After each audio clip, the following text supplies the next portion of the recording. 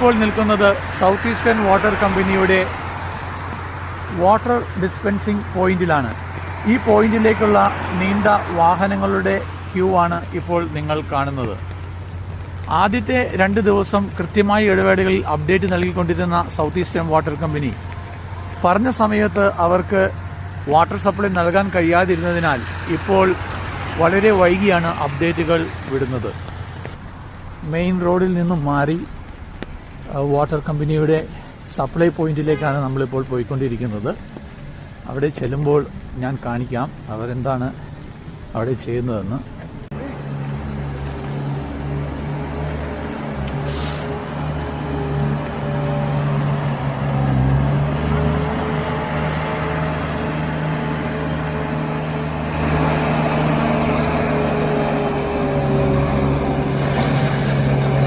ടൺബ്രിഡ്ജ് Wells sports centre car പാർക്കിലാണ് South Eastern കമ്പനിയുടെ water dispensing unit സ്ഥിതി ചെയ്യുന്നത്.